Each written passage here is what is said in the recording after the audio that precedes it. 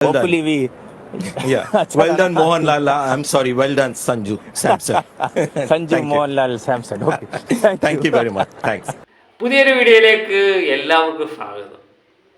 ഇന്നലെ ക്രിക്കറ്റ് ഇഷ്ടപ്പെടാത്തവർ, എനിക്ക് ക്രിക്കറ്റ് വളരെയധികം ഇഷ്ടമാണ്. ഇന്നലെ ക്രിക്കറ്റുമായിട്ട് ബന്ധപ്പെട്ട് നമ്മുടെ വെസ്റ്റ് ഇൻഡീസും ഇന്ത്യയും തമ്മിലുള്ള ക്രിക്കറ്റ് കണ്ടു.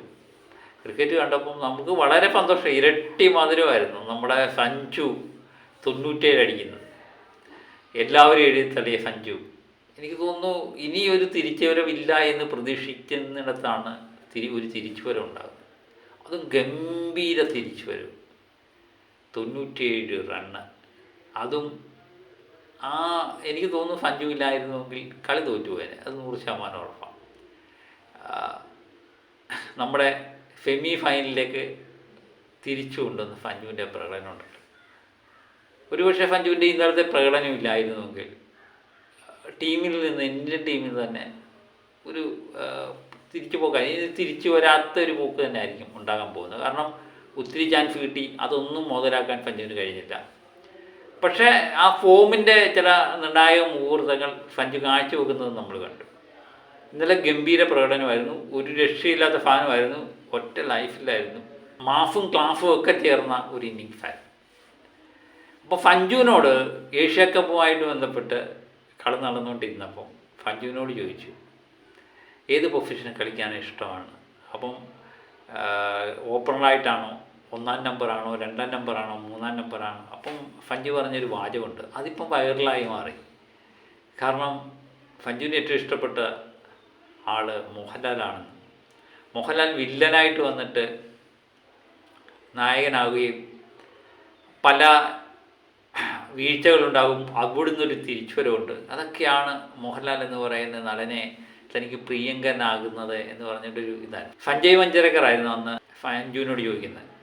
അപ്പം അവസാനം സഞ്ജുവിൻ്റെ പേര് തന്നെ ചോദിച്ച് മോഹൻലാൽ എന്ന് പറയുന്ന കാര്യം സംസാരിക്കുന്നുണ്ട്. അപ്പം സഞ്ജു മോഹൻലാൽ ഫംഫൺ എന്ന് പറഞ്ഞുകൊണ്ട് അത് കളിയാക്കി പറഞ്ഞ് അവസാനിക്കുന്നുണ്ട്.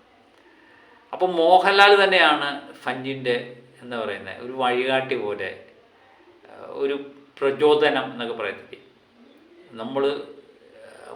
അത് സത്യമാണ്. കാരണം 40 കൊല്ലത്തിനിടയിൽ മോഹൻലാൽ എത്രയോ തവണ ഇപ്പം തീർന്നു എന്ന് പറഞ്ഞെടുത്തുനിന്ന് ഒരു തിരിച്ചുവരവുണ്ട്, ഗംഭീരമായ തിരിച്ചുവരവ്. അന്ന് സഞ്ജു പറഞ്ഞ വാക്കുകൾ ഇപ്പം വൈറലാകുന്നുണ്ട്. നമുക്ക് ആ വാക്കുകൾ ഒന്ന് കേൾക്കാം. Which is the position that you're most comfortable Yeah, with? to be very honest, I think recently our Laletan Mohanlal, you know, the cinema actor from Kerala, I think he got a very big award from the country. Okay. I think, yeah. So I think he is an actor. I think he's acting from last 20, 30, 40 years for Kerala Okay, where movies. is this going now? Yeah. Okay. So I am also playing for my country from last 10 years. So I can't say that I only can do a hero role. I need to be a villain. I need to be a joker. I need to play around, actually. I think you can't say that you have scored runs in opening and you are really good at the top 3. But I think let me try this also. No one can say that. Why can't I be a good villain also? I think so. Let's see how it goes. Well Hopefully done. Yeah. Well done, Mohanlal. I'm sorry. Well done, Sanju Samson. Sanju Thank you. Mohanlal Samson. Okay. Thank you very much. Thanks. അന്ന് സഞ്ജു പറഞ്ഞ ഈ വാക്കുകൾ ഇങ്ങനെയാണ്.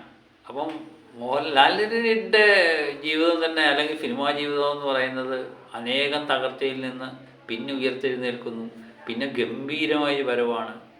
അതുപോലെയാണ് സഞ്ജുവും പറയുന്നത്. തൻ്റെ എന്താ വേണ്ടേ, താൻ ലാലേട്ടനെ പോലെ ആണ് എന്നുള്ള ഏത് പ്രൊഫഷനും ഞാൻ കളിക്കും. അത് ചിലപ്പോൾ വില്ലനാകും, നായകനാകും, അതൊക്കെ എനിക്കിഷ്ടമാണ്. എൻ്റെ മോഹൻലാലിനെ പോലെ എന്ന് പറയുന്നത് സഞ്ജുവിനെയാണ് നമുക്കവിടെ കാണാൻ പറ്റുന്നത്. അപ്പോൾ സഞ്ജുവിൻ്റെ ആ വിജയം എന്ന് പറയുന്നത്, സഞ്ജുവിൻ്റെ ഒരു തിരിച്ചുവരവ് എന്ന് പറയുന്നത് ഗംഭീര തിരിച്ചുവരവാണ്. നമ്മളീ പറയുന്ന പോലെ തുടരുന്ന യുദ്ധത്തിലൂടെ ലാലേട്ടൻ്റെ തിരിച്ചുവരവ് ഗംഭീര തിരിച്ചുവരവല്ലേ, അതുമായിട്ട് തുലനം ചെയ്യാനാണ് എനിക്ക് സഞ്ജുവിൻ്റെ തിരിച്ചുവരവ് കാണാൻ ഇഷ്ടം. ഏതായാലും സെമിയിലും ഫൈനലിലും ഒക്കെ സഞ്ജു നിറസാന്നിധ്യമായിട്ട് മുന്നോട്ട് നീങ്ങട്ടെ എന്ന് നമുക്ക് ആത്മാർത്ഥമായി ആഗ്രഹിക്കാം.